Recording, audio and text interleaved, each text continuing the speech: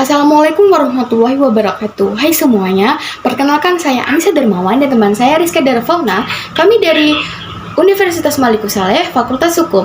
Nah, di sini kami akan mewawancarai beberapa masyarakat mengenai pandangan mereka terhadap korupsi yang ada di Indonesia ini. Nah, yang pertamanya kami akan menjelaskan apa itu korupsi.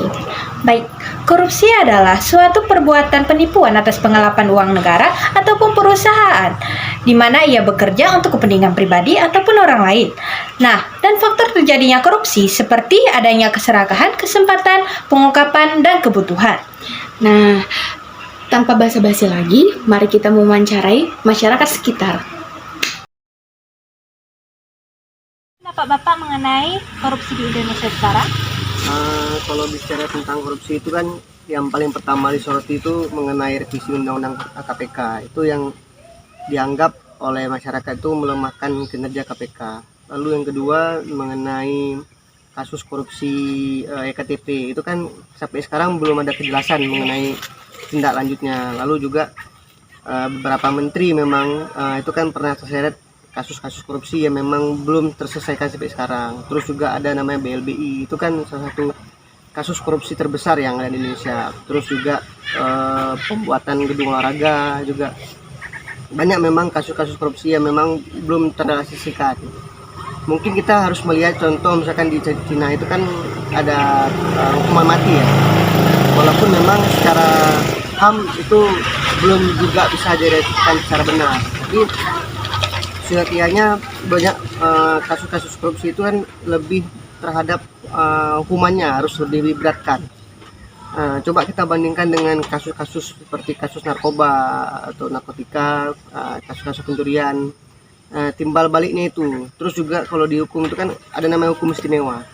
Kalau kita istilahnya mengungkit kasus-kasus besar yang kita anggap dari pejabat itu kan mereka punya hak istimewa kalau mereka masih menjabat ya sebagai orang di pemerintah. Sebenarnya seperti itu. Bagaimana menurut Bapak terhadap korupsi yang ada di Indonesia sekarang ini?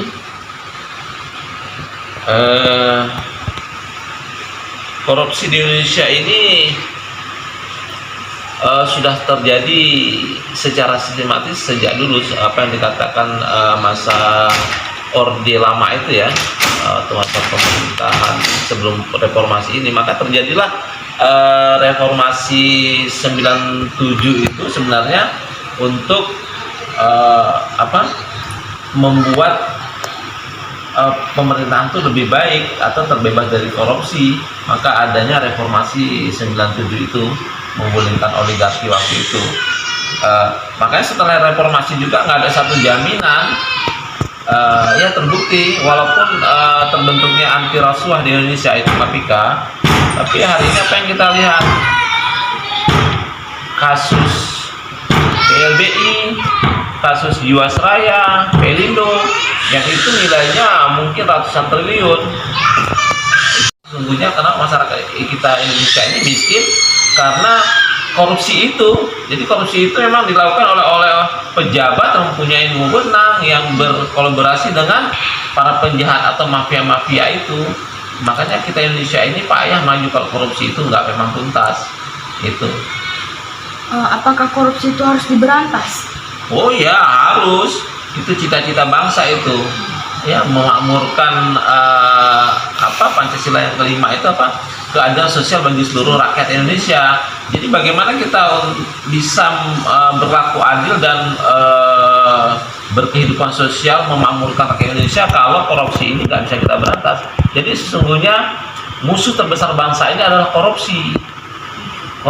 Jadi korupsi itu ibarat kanker di dalam bernegara. Jadi korupsi itu harus mutlak, harus hilang. Karena kita nggak akan pernah sejahtera kalau korupsi itu terus berkembang di Indonesia. Jadi harus memang hilang. Karena itu cita-cita bangsa memakmurkan rakyatnya. Korupsi itu musuh bagi rakyat seluruh Indonesia. Hukuman apa yang layak bagi pelaku korupsi? Wah, kalau hukuman yang layak itu seharusnya hukum seberat-beratnya. Karena korupsi itu memang dilakukan secara struktural dan masif ya, karena melibatkan lintas sektor, yudikatif, legislatif, sehingga ini memang ya harus ada efek jera. Kalau memungkinkan hukum mati berlaku di Indonesia, ya sebaiknya hukum mati supaya ada semacam efek kejut ya bagi para koruptor yang hidup bebas di Indonesia, yang masih ditangkap KPK juga, masih di dalam video kita lihat lah masih ketawa-ketawa ya, tidak punya malu. Jadi ya sesungguhnya moral mereka itu sudah nggak bermoral lah, orang beragama tetapi tidak bermoral. Ya kalau memang bisa hukuman mati lebih baik sebenarnya, supaya menimbulkan efek jera. Terima kasih Pak atas waktunya. Ya. Bagaimana pendapat Bapak mengenai korupsi di Indonesia?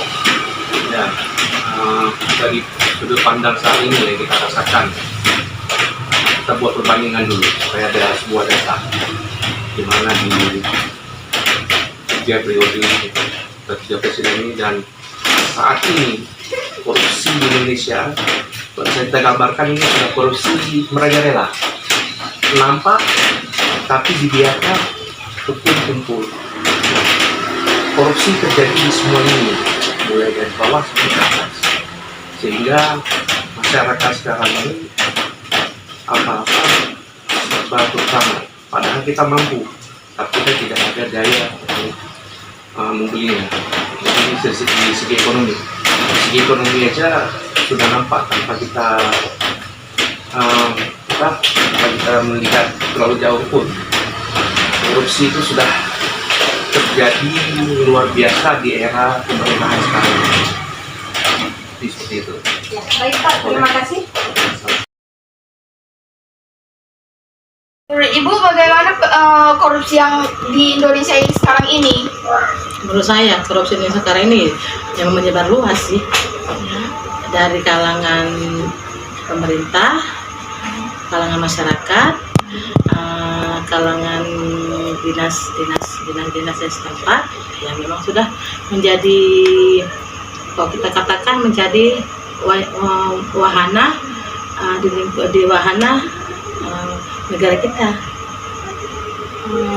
Apakah pendidikan anti korupsi itu penting bagi di kalangan mahasiswa sekarang ini? Pendidikan anti korupsi Iya. sangat penting, karena kita mengajarkan kepada mahasiswa untuk korupsi itu agar tidak ada di negara kita, karena dengan adanya korupsi investasi tidak lambat, kemajuan negara menurun, perekonomian sangat lemah, kemiskinan sangat melonjak sekali drastis.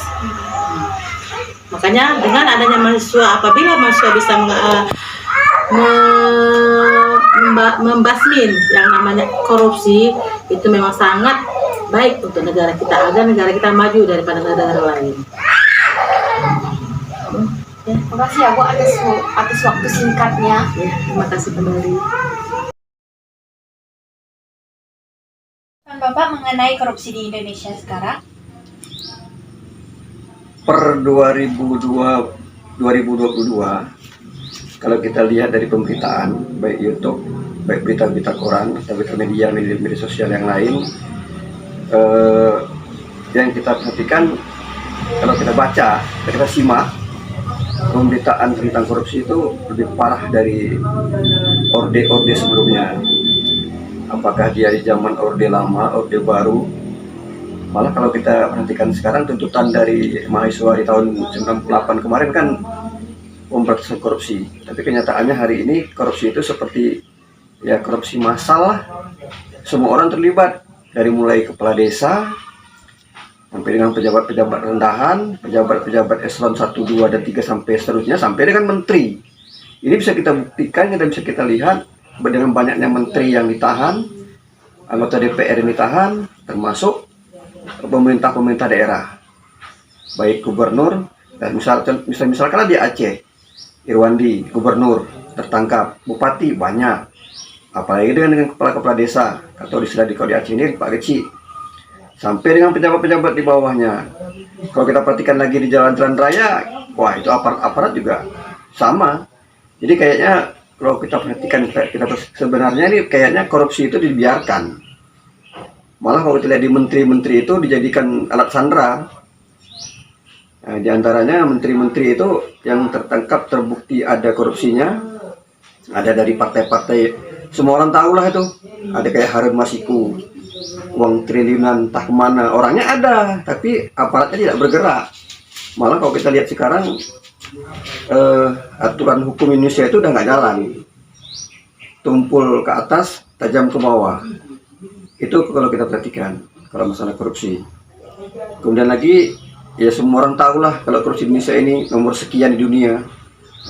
Kalau korupsi, tingkat paling parahnya, bukan paling baiknya di dunia ini lebih sekian. Ini pun kita nggak tahu apakah nanti kalau rejim ini tumbang, barangkali terbongkar semua itu korupsi. Malah yang paling sedihnya lagi, kita miris kalau kita lihat hari ini, pejabat yang sudah terbukti korupsi diangkat, diam-diam diangkat jadi komisaris. Kita lihat kemarin di Lisa ya, dia Analisa. Bukan di koran analisa, mantan koruptor dari partai tertentu di Indonesia ini, yang partai berkuasa lah, itu diberi kejabatan lagi. Ada pokoknya seakan-akan gini, kalau orang nggak tahu angkat lagi. Nanti kalau memang diributkan lagi, baru diturunkan lagi ya. Begitulah itu. Nah itu lain lagi kalau kita bicara sekarang hari ketua-ketua partai. Ketua partai sekarang sandera semua.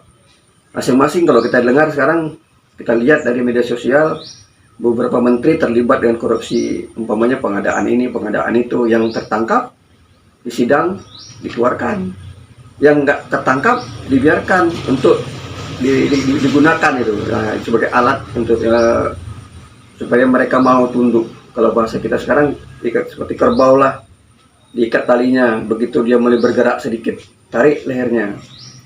Itu sementara. Baik Pak, terima kasih. Ya, sama-sama.